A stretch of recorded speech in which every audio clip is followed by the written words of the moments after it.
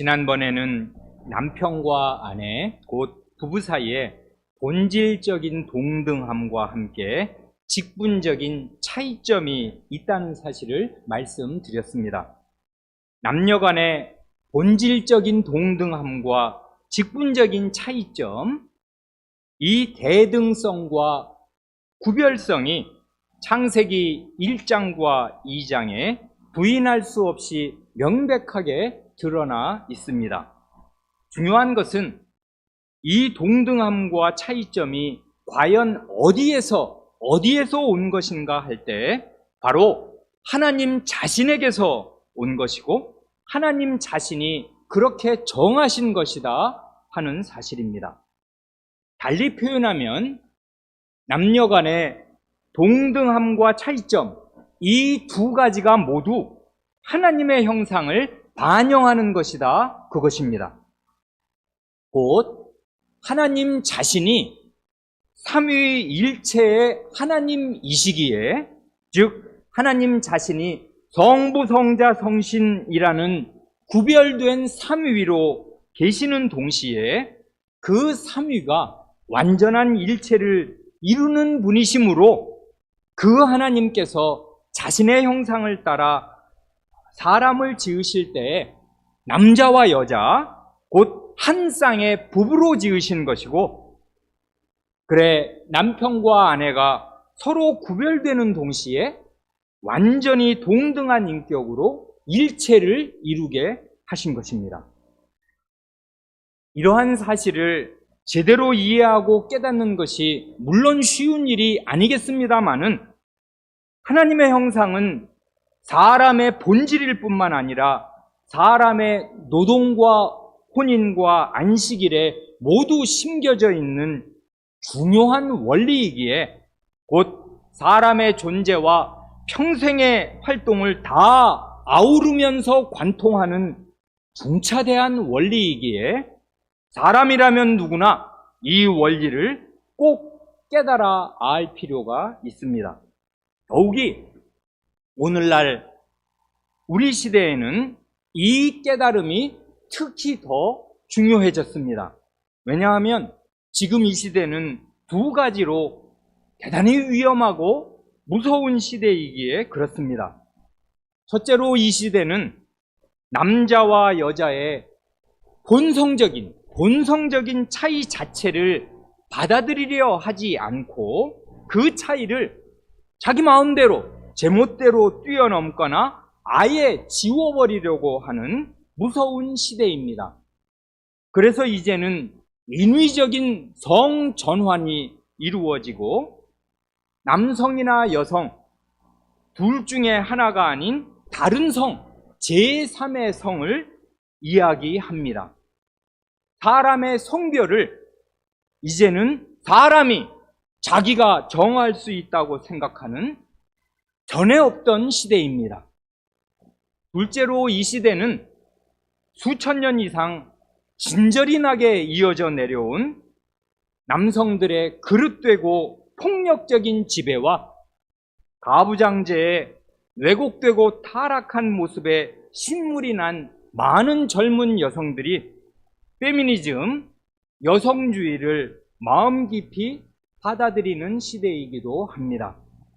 그렇기에 이런 시대를 사는 우리로서는 더더욱 우리 자신뿐 아니라 우리의 자녀들을 위해서 하나님의 말씀이 처음부터 가르쳐온 남녀의 동등함과 차이점에 대해서 확실하고 투철하게 깨달아 알 필요가 있습니다. 하나님의 말씀을 분명히 깨닫지도 못하고 그 말씀의 원리대로 살지도 않으면서 무턱대고 여자는 무조건 남자에게 복종해야 한다고 주장한다면 형편없고 밥맛 없는 이른바 꼰대 노릇밖에 못할 것입니다. 지금이 조선시대이겠습니까? 지금 삼종지도를 운운할 수 있는 시대이겠습니까? 삼종, 석삼자에 따를 종자 아니에요. 여자에게는 세 가지 따라야 할 도리가 있다. 어려서는 아버지를 따르고 혼인에서는 남편을 따르고 남편이 죽으면 자식을 따라야 한다. 이런 캐캐묵은 조선시대 유교 윤리를 지금 되풀이하자는 것입니까? 그럴 수가 없습니다. 그러니 부모님들은 이 악한 시대와 대결하면서 우리의 자녀들과 참되게 대화할 수 있기 위해서라도 하나님의 말씀을 더욱 잘 배우시기 바랍니다. 먼저 본질적인 동등함과 직분적인 차이를 여러 번 말씀드렸는데 그 직분적인 차이에서 그 직분적이라는 말이 그 말의 개념이 머리에 쏙 들어오지 않는 분이 혹 계신다면은 목사 장로와 신자의 관계나 부모와 자식의 관계를 생각해 보시면 이 직분적이라는 말이 금세 이해가 될 것입니다. 목사 장로와 신자나 부모와 자식은 본질적으로는 사실 똑같습니다. 똑같은 사람이고 똑같은 죄인이고 똑같은 신자요 똑같은 하나님의 자녀입니다. 그러나 직분적으로는 차이가 있습니다. 본질적인 동등함이 있는 동시에 직분적으로 차이가 있다 그 말입니다. 목사 장로는 회중을, 부모는 자녀를 보호하고 다스리는 직분을 맡은 존재입니다.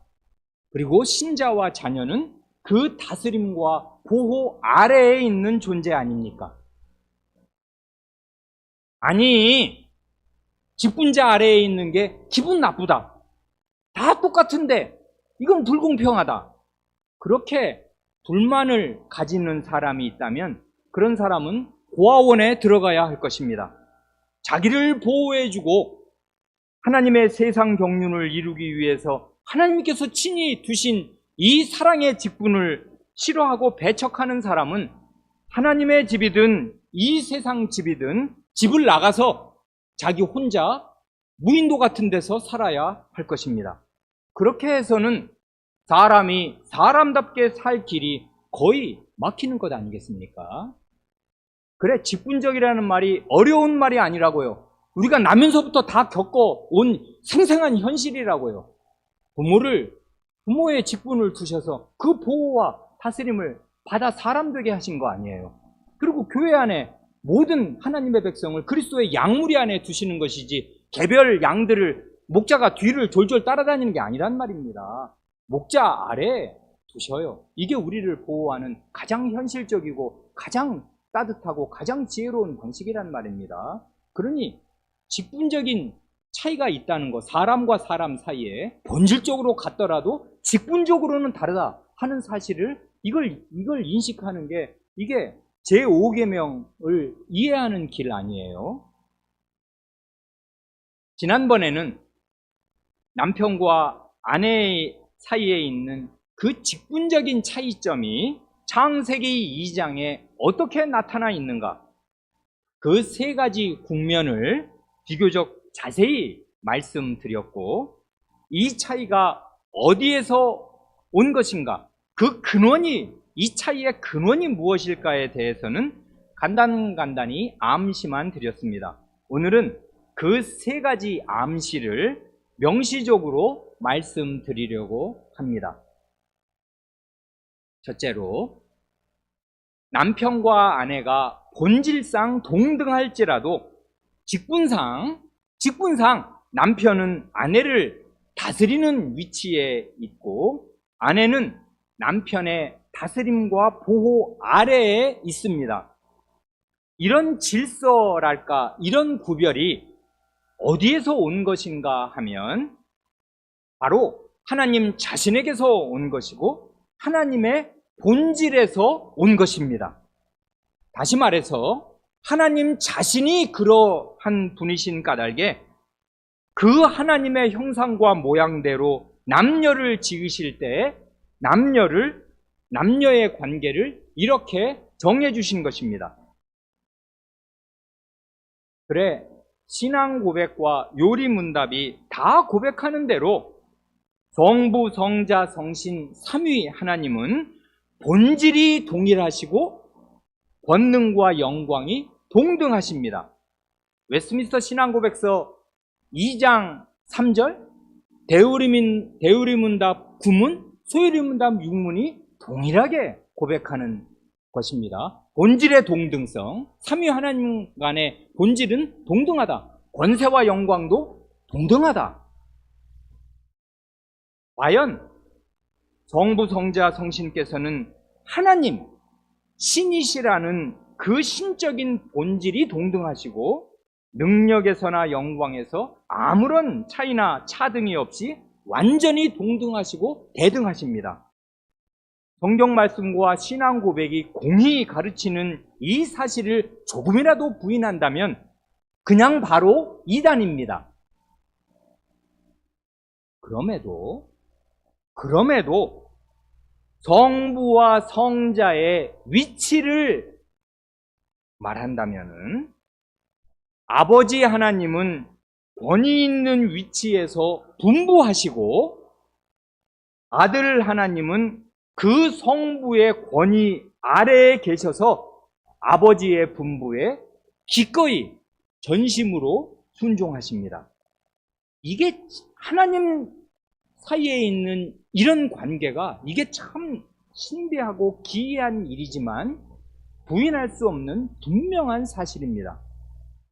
예를 들면 성부 하나님은 아드님에게 중요한 임무를 지워서 아드님을 세상에 보내시고 아드님은 성부 하나님의 분부, 그 명령과 보내심을 받아서 세상에 오십니다.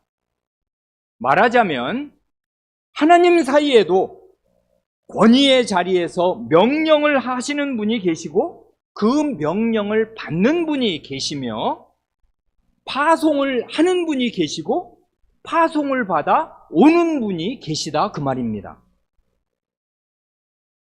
특히 요한복음을 보면 예수님께서 나는 하나님의 보내심을 받아서 왔다 하고 강조하시는 말씀이 무려 40번이나 나옵니다. 요한복음 21장인데 40번이 나오면 각 장에 평균 2번가량씩 나오는 거라고요. 요한은 이 사실을 뼛속에 새긴 사람입니다. 맨 마지막, 그 40번째의 맨 마지막에는 의미심장하게도 예수님께서 제자들에게 말씀하시기를 아버지께서 나를 보내신 것 같이 나도 너희를 보내노라. 요한복음 20장 21절 말씀입니다. 이 말씀, 아버지께서 나를 보내신 것 같이 나도 너희를 보낸다. 이 말씀에 이중의 권위 관계가 분명히 나타나지 않습니까? 먼저 아버지 하나님이 아들 하나님을 세상에 보내십니다. 다음으로 그렇게 보내심을 받은 아드님이 이 세상에서 임무를 마치시고 아버지께로 복귀하시기 전에 이번에는 자신의 권위로 자신의 제자들을 세상에 보내십니다. 그러니 그리스도의 사도가 된다는 건 이건 엄청난 일인데 어떤 관계가 그대로 이어지냐면 성부가 성자를 보내신 것처럼 성자가 자기 제자들, 자기 사도들을 세상에 보내시는 것이에요. 이 관계가 그대로 이어진다 이 말입니다. 그런데 이 관계는 권위의 관계예요. 권위 있는 위치에서 권위 아래에 있는 존재를 보내시는 거거든요.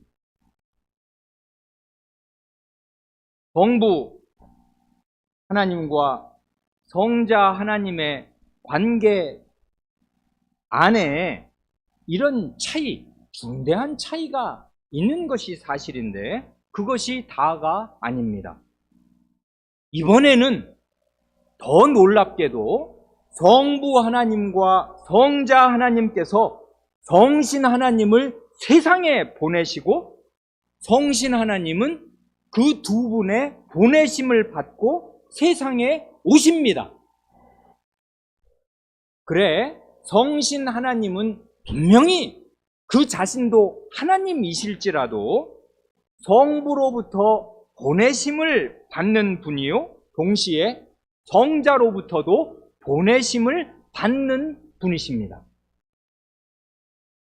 요한복음 14, 15, 16장, 이건 주님의 잡히시던 그 밤에 하신 거의 유언과도 같은 중대한 말씀 아니에요.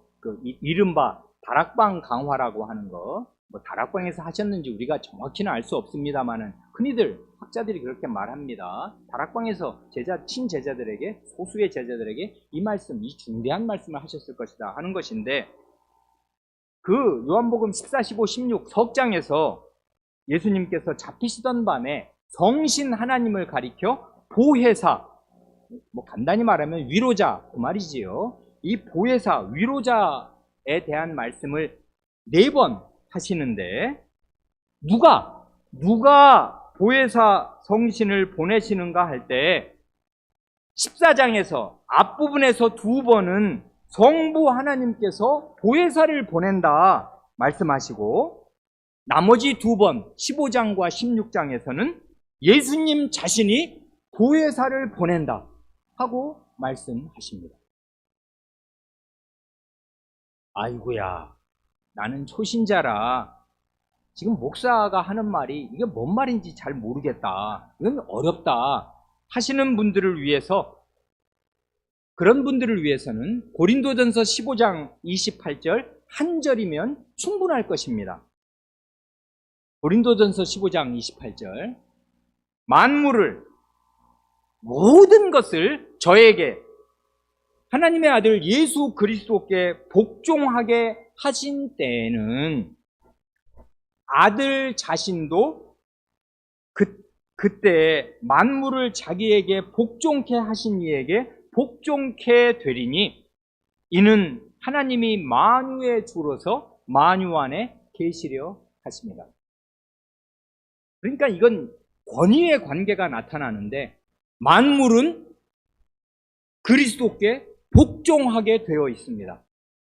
그게 사람이든 짐승이든 이 우주 만물이든 관계없이 우주 만물은 다 그리스도의 발 아래에 복종하고 무릎 꿇게 될 것입니다. 하나님이 그렇게 만드셨습니다. 그런데 여기서 우리의 지금 논의에서 중요한 것은, 그때는 아들 자신도 만물을 자기에게 복종케 하신 그 하나님께 복종하게 될 것이다 하신단 말입니다.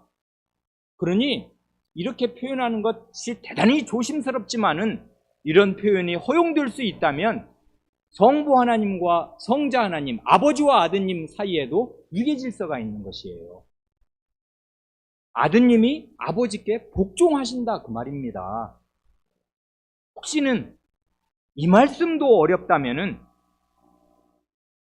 마지막으로 예수님께서 돌아가시기 전 그 마지막 밤의 기도를 한번 생각해 보세요. 아버지여, 만일 아버지의 뜻이거든 이 잔을 내게서 옮기시옵소서. 그러나 내 원대로 마옵시고 아버지의 원대로 되기를 원하나이다. 누가 누구에게 복종하는 것입니까? 지금 누가 자신의 뜻을 꺾고 자기보다 위에 계신 분의 뜻을 기꺼이 조치려 그 무진 고통과 그 견딜 수 없는 수모와 지옥의 형벌이 눈에 어른거리는 상태에서도 아버지의 명령과 뜻이라면 나는 거기 들어가야 한다 하고 누가 자기를 그 복종의 자리로 밀어 넣는 것입니까? 모를 수가 없습니다. 지극히 거룩하신 성삼위 하나님 안에도 세상에 아무것도 없고 성부, 성자, 성신만 계시던 그 영원한 세계에서조차도 성삼위 하나님 안에 이런 질서와 구별이 있고 일종의 복종 관계가 있는 것이 사실입니다만은, 그러나 그렇다고 해서 성자 하나님께서 성부 하나님에 대해 굴욕감을 느끼시겠습니까?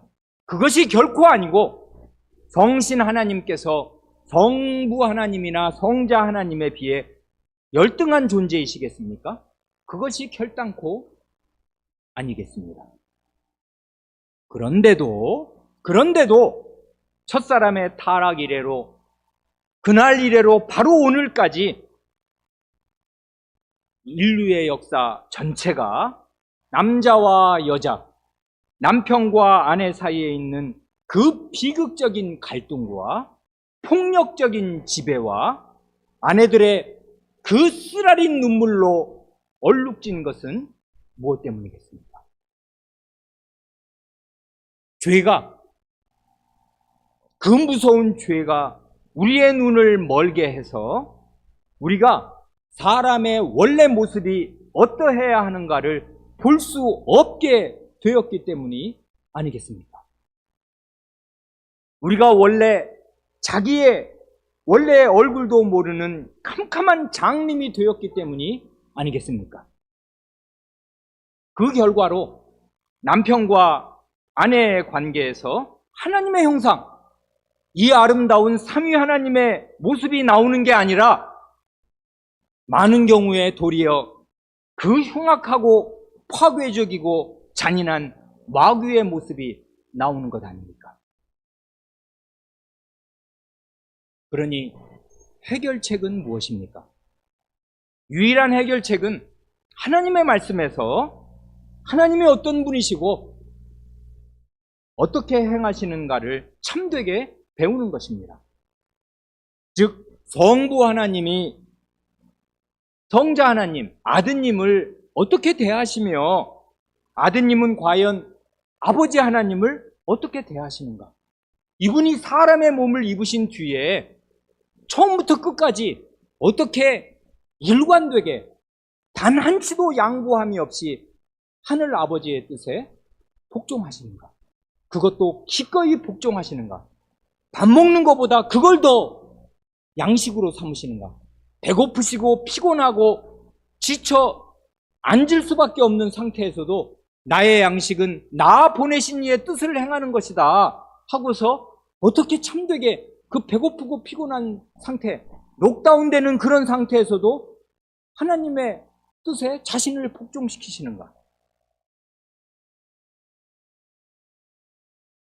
이걸 배워야, 그리고 성신 하나님께서는 성부와 그분이 하나님이심임에도 성부 하나님과 성자 하나님을 어떻게 대하시고 그 앞에서 겸비한 태도를 영원히 견지하시는가 하는 사실을 골수에 새기도록 배우고 깨달아야 할 것입니다.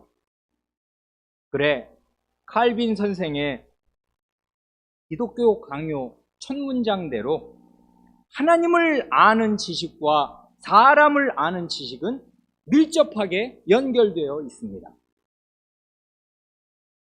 그렇게 말하지 않습니까? 어느 게 먼저인지 나는 잘 모르겠다. 하나님을 아는 지식이 먼저인지 사람을 아는 지식이 먼저인지. 왜 그러냐 하면 하나님의 형상이 사람이에요. 사람을 알려면 하나님을 알아야 하고, 그리고 하나님을 다르게 알면 사람이 누구인지를 알게 됩니다. 이 두 지식이 그냥 태극문양처럼 이렇게 위아래로 뱅글뱅글 돌아가기 때문에 어느 게 먼저이고 뭘 더 먼저 알아야 되는지 우리는 잘 모를 지경입니다. 두 가지 지식이 연결되어 있어요. 하나님을 모르고서야 사람이 누구인지를 알 길이 없고 사람답게 살 수 있는 길도 없습니다. 그러니 하나님을 알기 위해서 하나님의 말씀을 힘써 배워야 할 것이고, 그래야 유일하게 사람답게 사는 길이 거기에서 열릴 것입니다. 맨 그 창세기 2장에 나타나는 그 남녀의 직분적인 차이, 그 첫 번째가 다스리는 거, 다스리고 다스림을 받는 일종의 그 지위랄까, 권한의 차이라면은, 둘째로 우리가 거기서 발견하고 생각하는 것은 말씀을 하고 말씀을 듣는, 말씀을 전하고 그 전한 말씀을 듣는 그 차이였지요. 남편 아담은 자기 부부와 온 인류의 운명이 걸려있는 중대한 하나님의 말씀, 선악을 알게 하는 나무에 관한 그 금령의 말씀을 유일하게 들은 사람이었고, 아내 하와는 아담에게서 하나님의 말씀을 들어야 하였습니다. 이런 의미에서도 온 세상에 사람이라고는 오직 한 쌍의 부부밖에 없던 그때에도 아담은 아내에게 예언자였고 그런 의미에서 직분자였습니다. 하나님 말씀 전할 직분 받은 사람. 참고로 이 예언자라는 말을 조금 더 설명드리려고 잠깐만 부연 설명을 하고 다시 이 원래 주제로 돌아오겠습니다. 예언자라는 말은 사전을 그냥 딱 찾아보면 말입니다. 본래의 뜻이 미리 예자를 써서 미리의 말씀은 아니에요. 그러니까 장래에 일어날 일을 미리 말하는 사람이라는 뜻이겠습니다. 그래 미리 예자를 쓴다고요. 예지, 예언, 이렇게 할 때 말입니다. 예언자는 앞에 일어날 일, 장래의 일을 아직 되지 않은 그 미래의 일을 미리 땡겨서 오늘 말하는 사람이 예언자다. 이제 원래 뜻이 그래요. 그래 그 예언자를 영어로 prophet이라 하지 않습니까? prophet. 그 prophet의 그 PR로 그 앞에 붙은 그 접두어는 그게 앞에 있는 거라는 뜻이니까 과연 영어로도 prophet은 앞일을 말하는 사람입니다. 앞에 있는 일을 말하는 사람이 prophet이에요. 그래 예언자를 또 같은 말로 선지자라고 말할 때 그때 선지자의 선지는 먼저 선자의 알지자 아니에요. 그러니까 앞일을 아는 사람이다 그 말이겠습니다. 그래 예언자라고 하든 선지자라고 하든 영어로 프라핏이라고 하든 그 중요한 거기에 들어있는 그 핵심되는 게 뭐냐 하면 미래의 일을 이제 미리 앞당겨서 말하는 사람이다 그런 뜻이 거기 들어있어요. 그러나 실제로 구약성경에 그 대선지서, 소선지서, 이사야, 예레미야, 에스겔, 다니엘, 호세야, 요엘, 아모스, 오바댜 쭉 말라기까지를 읽어보세요. 모든 선지자 그리고 중간중간에 왜 역대상이나 열왕기상에도 왜 아주 이름이 오뎃 같은 사람 간단하게 이름이 나오면서 그 한두 줄로 갓 선지자 같은 사람 그런 다윗 시대 말이에요. 그런 사람들이 선지자가 그리고 나단 선지자 이런 사람들이 있지 않습니까? 여러분 나단 선지자가 무슨 예언을 했습니까? 그리고 무슨 갓 이런 선지자가 무슨 엄청난 무슨 미래의 일을 딱 늘 얘기합니까? 모든 선지자가 다 앞일을 예언하는 것도 아니고 선지자의 모든 말이 다 앞날 장래에 대한 예언인 것도 아닙니다. 물론 앞일에 대한 예언도 들어 있습니다. 왜냐하면 그건 구약 시대니까. 앞으로 신약 시대, 찬란한 시대, 완성의 시대에는 이러이러한 것들이 온다는 걸 예언한 것이 사실입니다. 그러나 예언자가 하는 아주 중요한 건 뭐냐면 차라리 과거의 모세 오경에 기반을 두고서 현재 백성들의 그 그릇된 상태를 지적한 것, 그래서 백성을 책망하는 것, 그런 게 예언자가 한 일이에요. 아주 중요한 일이에요. 이사야, 에레미야, 에스겔, 다니엘을 보면 대부분의 내용이 그런 내용이에요. 현재의 백성을 과거의 기준, 하나님이 주신 움직일 수 없는 표준을 마음에 새기고 이 모세의 율법이 현실에 어떻게 적용되어야 마땅하냐, 이 하나님의 기준에 어떻게 이 현실의 백성이 어긋나 있냐, 그거를 얘기하는 거가 대부분을 차지한단 말입니다. 실제로 공평한 마음으로 선지서를 읽으면 말입니다. 그래 예언자가 말이에요, 미래의 일을 예언하든 과거 모세의 율법에 근거해서 현재 하나님의 백성의 죄악을 책망하든 간에 예언자의 가장 중요한 점은 하나님의 말씀을 맡아서 전한다 하는 점에 있어요. 그게 무슨 점쟁이가 아니란 말이에요. 미래의 일을 얘기하는 게 예언자의 본령이 아니에요. 미래의 일이든 과거의 일이든 현재의 일이든 상관이 없이 하나님의 말씀을 맡아서 하나님의 백성에게 전한다. 이게 예언자의 그 직분의 핵심입니다. 그래 김홍전 목사님은 그 예언자의 예자를 바꾸었습니다. 미리 예자가 아니라 맡을 예자로. 예금, 여러분 예금, 적금 다 아시잖아요. 그 예금의 예자는 맡을 예자예요. 미리 예자가 아니지 않습니까? 돈을 맡는 거, 그게 예금이잖아요. 맡아주는 거, 예금. 그래서 그 예언자라 할 때 미리 예자를 쓰지 않고 맡을 예자를 써서 말씀을 맡은 사람이 예언자다. 그 말이 실제로 예언서 전체를 포괄하는 아주 좋은 말이 될 것입니다. 그러나 한자를 안 쓰고 예언자 하면야 요게 이제 뭔 뜻인지 교우분들이 모르실 수가 있겠지요. 그래서 그렇게 하는 것이 훨씬 더 좋겠다고 생각해서 저는 이제까지 일부러 선지자라는 말을 거의 쓴 일이 없이 다 예언자라고 하였습니다. 그때의 예언자는 미리 예자가 아니라 맡을 예자 예언자입니다. 하나님 말씀 맡은 사람.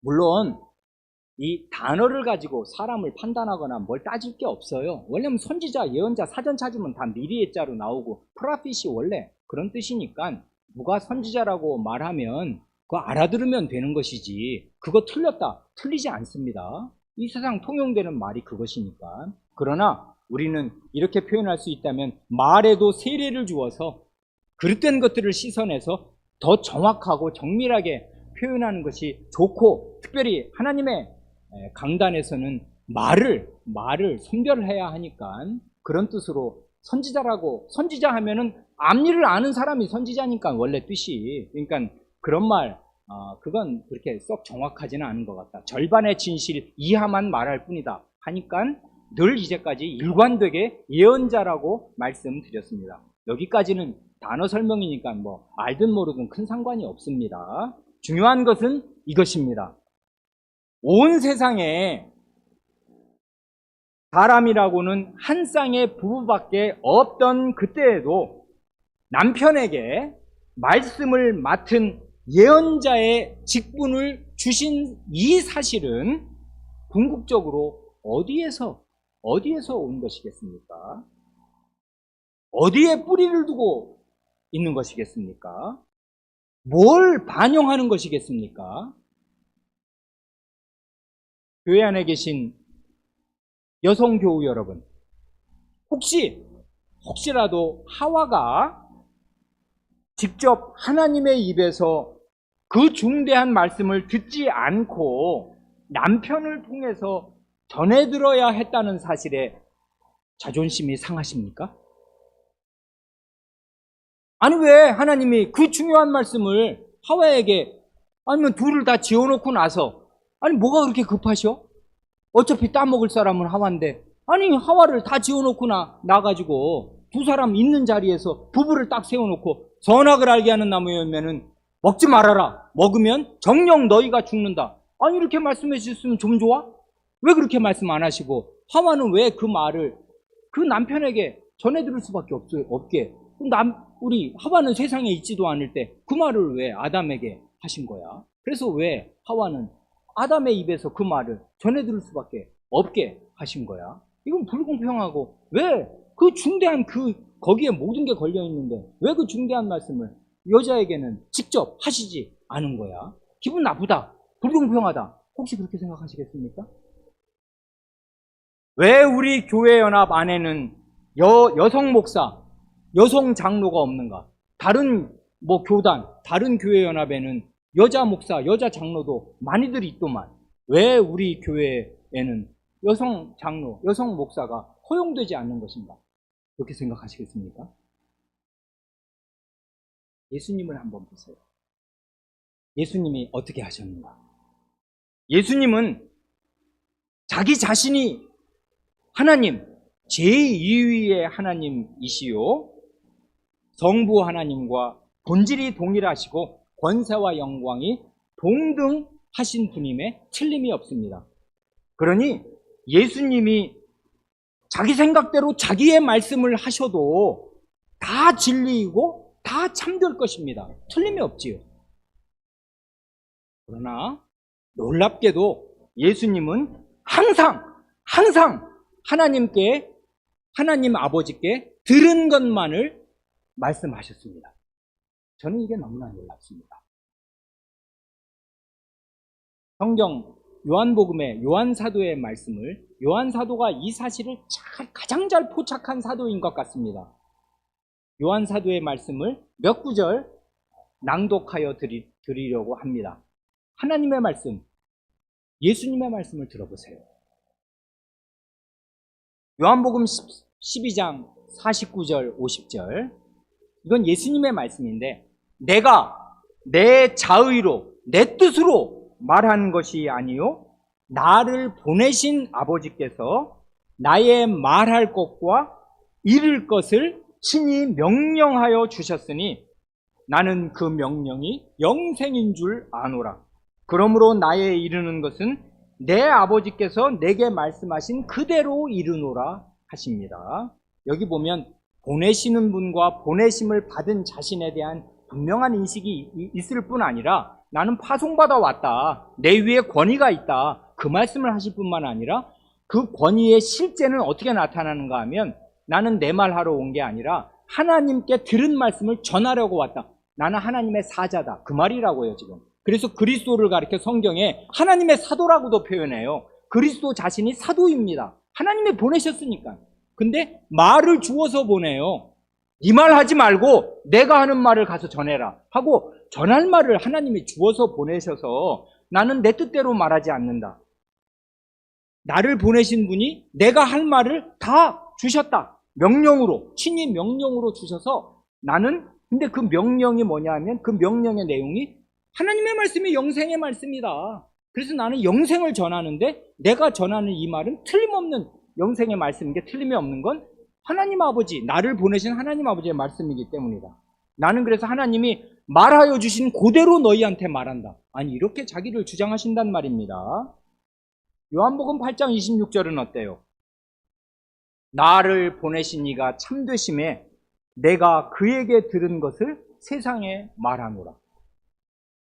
나를 보내신 분, 보내시고 보내심을 받은 권위관계가 명시되고, 그 다음에 구체적인 내용은 보내심 받은 존재는 보내신 분의 말씀을 들은 대로 전해야 돼요. 사신이니까. 사자는 자기 입은 있는데 자기 말이 없는 게 사자 아니에요. 사자는 자기 말이 없습니다.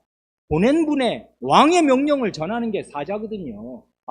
오는 길에 뭐가 좋더라 이런 말 하는 거 아니란 말입니다. 사자는 중대한 말, 그게 쓸데없는 일로 사신을 보내는 게 아니니까 중대한 임무로 사신을 보내는 거니까 사신은 언제든지 자기 말은 다 비우는 것이고 보내신 분의 그 메시지를 전하는 게 사신의 임무 아니에요. 왕의 사자는 언제든지 그래야 되는 거 아니에요.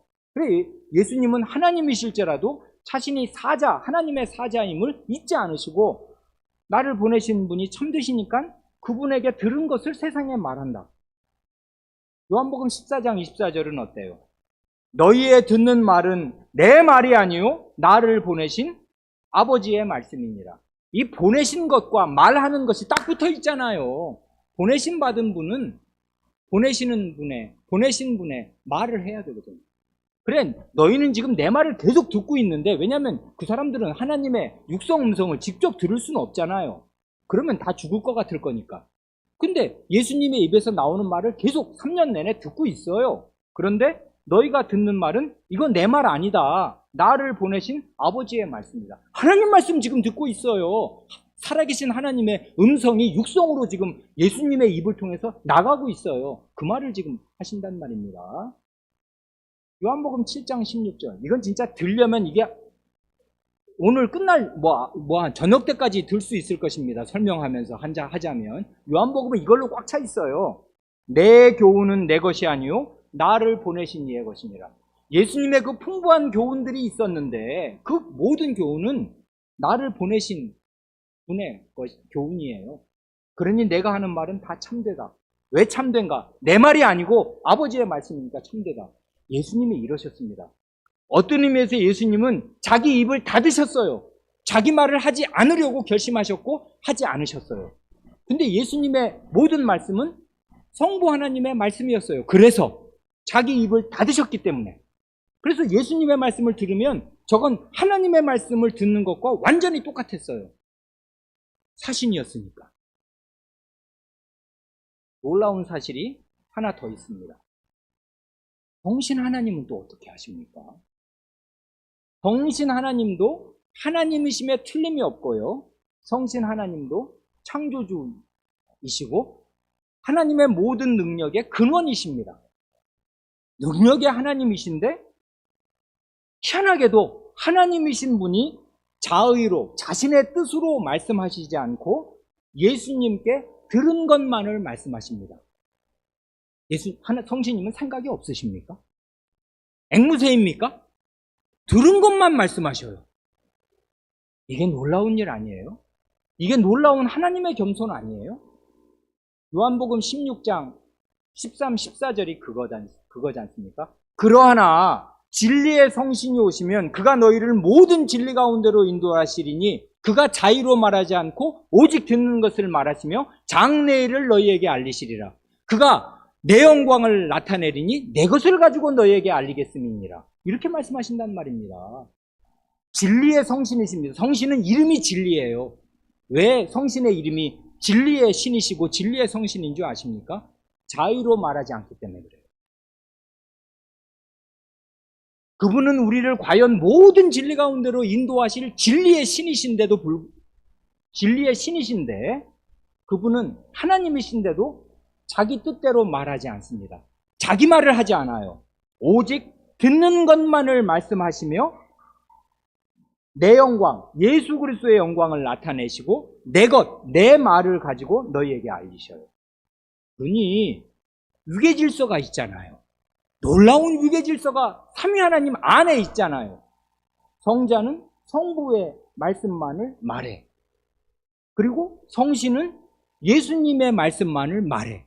그러니 결국 성자와 성신을 통해서 전달되는 말씀은 누구의 말씀이에요? 성부 하나님의 말씀이에요. 하나님이신데도 이렇게 한단 말입니다. 이게 여러분 놀랍지 않습니까?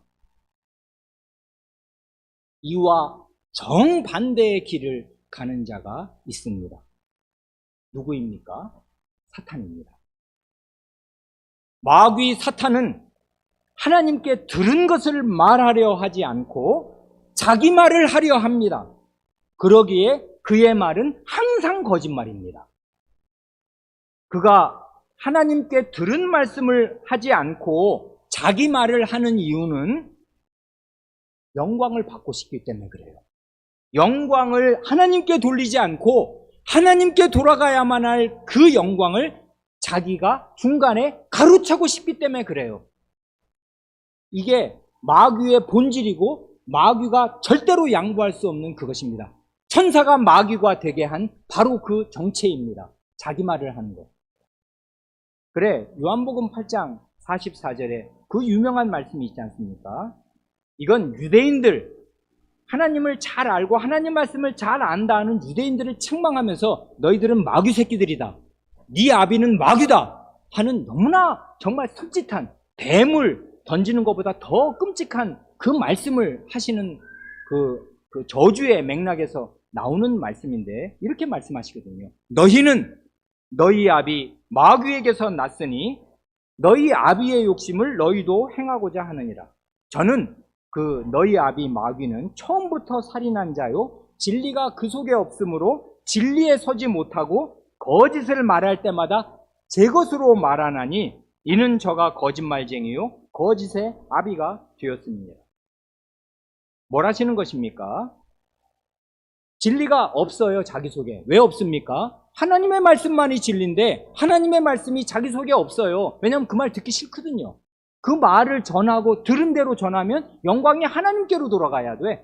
근데 나는 그러기가 싫어. 내가 영광을 받고 싶어요. 그러니까 하나님 진리인 하나님의 말씀을 자기 속에 담아두지 않고 자기 말을 한단 말입니다. 그래, 말할 때마다 자기 말을 해서 제 것을 말해요. 그래, 마귀는 항상 거짓말을 말합니다. 처음부터 에덴 동산 인류 역사의 시작부터 거짓을 말하였습니다. 하나님이 참으로 동산 모든 나무의 열매를 먹지 말라 하시더냐? 아니라 너희가 먹으면 하나님처럼 되어 지혜롭게 될까? 하나님이 그런 시기심으로 먹지 말라고 하신 것 아니냐? 처음부터 거짓말을 했단 말입니다. 왜요? 영광을 자신이 취하고 싶었기 때문입니다. 교회 안에도 이 유대인들이 너희 아비는 마귀다 하고 하나님의 백성인 그 이스라엘의 지도자와 그 지도자를 맹목적으로 따르는 그 수많은 유대인들에게 그리스도께서 너희는 너희 아비 마귀에게서 났다. 너희는 마귀 새끼고 마귀가 너희들을 낳은 마귀 자식들 아니냐 하고 이렇게 신랄하게 더 이상의 저주는 없을 만큼 이 중대한 저주의 말씀을 하신 것처럼 교회 안에도 자기 말을 하는 사람들이 있습니다. 그는 영광을 하나님께 돌리지 않고 자기에게 돌리려는 의도를 가지고 말하기에 그의 말은 항상 거짓말입니다. 심지어 목사가 설교를 하더라도, 심지어 교인이 성경을 인용해서 말하더라도 그의 말은 다 거짓말입니다. 왜 그래요? 영광을 자기가 취하려 하기 때문에 거짓말이에요. 사단이요, 예수님을 시험할 때 하나님 성경 말씀을 인용해서 시험을 하거든요. 하나님이 자기 사자를 보내서 자기 백성을 보호하신다고 안 그러냐 시편에. 그러니 뛰어내려봐라 할 때 성경을 인용하는데 하나님 말씀을 인용하더라도 사악한 목적으로 자기에게 영광을 돌리게 하려는 그릇된 목적으로 하나님의 말씀을 입에 담아요. 그러면 그게 하나님 말씀이 되는 게 아니란 말입니다. 그러니 우리가 마귀의 자식이 되지 않고 하나님께 속하는 유일한 길은 이것입니다. 자기 말을 하지 않고 오직 하나님께 들은 말만을 하는 것이에요. 자기가 높아지려는 마음 대신에 하나님만 높이려는 사람이 하나님의 말씀만을 말할 것입니다. 하나님 사이에도 이런 복종과 위계와 질서와 권위의 차등이 있어요.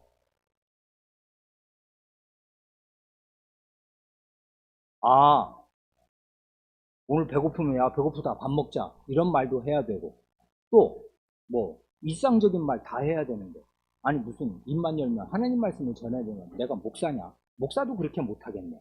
목사가 맨날 설교만 하는 건 아니지 않나. 어떻게 우리가 입만 열면 하나님 말씀을 할 수가 있겠나. 불가능한 지금 말을 하는 것 아닌가. 하나님의 말씀을 들어보세요. 이게 불가능한 일인가. 이게 명령입니다. 베드로전서 4장 11절에 베드로 사도가 우리에게 사도로서 명하는 명령이 이것입니다. 만일 누가 말하려면 하나님의 말씀을 하는 것 같이 하고 누가 봉사하려면 하나님의 공급하시는 힘으로 하는 것 같이 하라. 이는 범사에 예수 그리스도로 말미암아 하나님이 영광을 받으시게 하려 함이니 그에게 영광과 권능이 세세 무궁토록 있느니라. 아멘 합니다. 영광을 세세 무궁토록 영원히 하나님께 그리스도로 말미암아 하나님께로 돌아가게 하는 것이 사람의 사는 이유요 목적인 까닭에 그래야만 하나님의 형상이 나타나니까 하나님께 영광을 돌려야 하나님의 형상이 우리 안에서 우리의 말과 행위에서 나타날 거 아닙니까? 그러니까 여기엔 지금 성도의 말과 행위를 다루고 있는데 이게 사실상 우리의 전부니까 말을 할 때는 무슨 말을 하든지 하나님의 말씀을 말해라. 행동을 하고 하나님을 섬기는 일, 이건 우리의 하는 일상생활과 교회의 모든 일은 다 봉사의 일, 섬김의 일이니까 섬김을 하려면, 섬기려면 하나님의 공급하여 주시는 힘으로 하여라. 그러니까 우리의 말과 행위가 다 하나님의 뒷받침으로 이루어지도록 하여라. 그래야 영광이 하나님께로 돌아가고 너희가 하나님의 형상답게 산다. 우리가 말할 때마다 하나님의 말씀에 기반을 두고 말할 수 있고 하나님의 공급하여 주시는 힘으로 무슨 일이든 일상생활이든 교회 봉사든 할 수가 있고 그렇게 우리는 된 사람입니다. 할 수 있도록 그렇게 하시기 바랍니다. 그럴 때 바리새인의 길로 가지 않으시기 바랍니다. 하나님의 말씀을 줄창 인용하는데 사실은 하나님의 말씀, 살아있는 말씀이 그 속에 한마디도 없어요. 다 인용하는 건 모세의 율법인데 다 틀렸어요. 왜 그래요? 영광을 자기가 취하려고 한단 말입니다.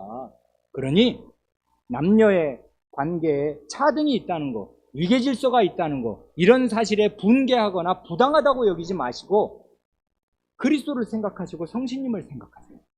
그러면 겸비함이 무엇인지를 알게 될 것입니다. 이게 참된 겸비함이에요. 하나님만을 위한다.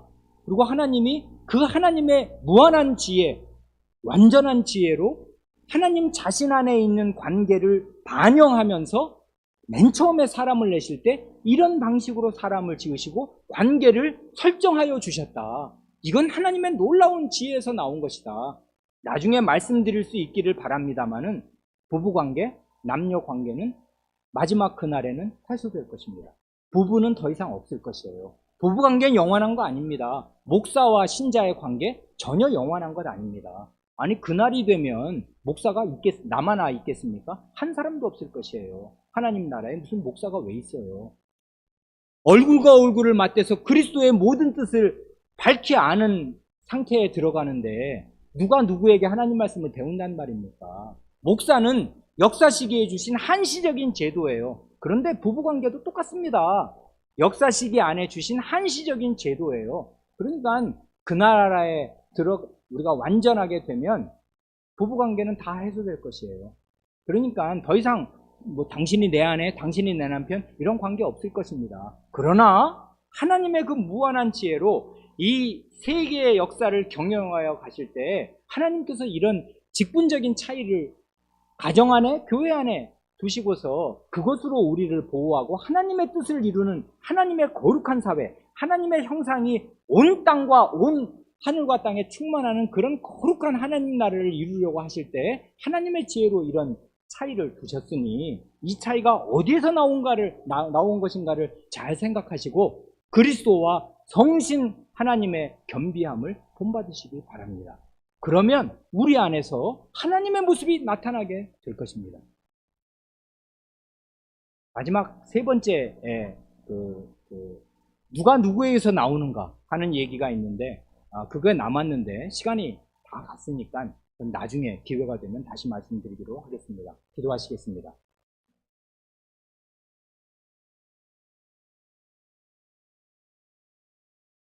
하나님 아버지, 성삼위 하나님께서 아무것도 없이 삼위 하나님만 계시던 그때에도 완전한 사랑과 완전한 연합 가운데 계시면서 아드님은 아버님께 완전한 복종과 순종을 드리고 성신님 또한 성부 하나님과 성자 하나님에 대하여 그러한 자세를 견지하시는 것을 생각할 때 저희 하나님과의 관계가 저희 눈에 기이하오며 그에 비하여 타락한 저희는 각자가 다 신이 되려 하고 하나님이 되려 하며 영광을 자기가 취하려 하기에 결국은 모든 사람이 마귀의 자식이 되고 마귀가 떨어지는 영원한 형벌로 갈 수밖에 없는 줄을 아옵니다.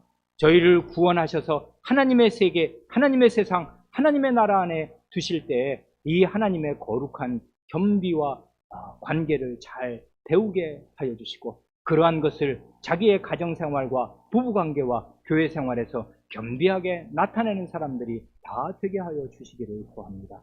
그리하여 저희의 가정과 저희의 교회 안에 아름다운 질서와 아름다운 겸비와 아름다운 순종이 있게 하시고 그러므로 말미암아 하나님이 원하시는 거룩한 사회가 저희 안에 그 일단이 나타날 수 있게 하여 주시기를 구합니다. 우리 구주 예수님의 이름으로 기도합니다. 아멘.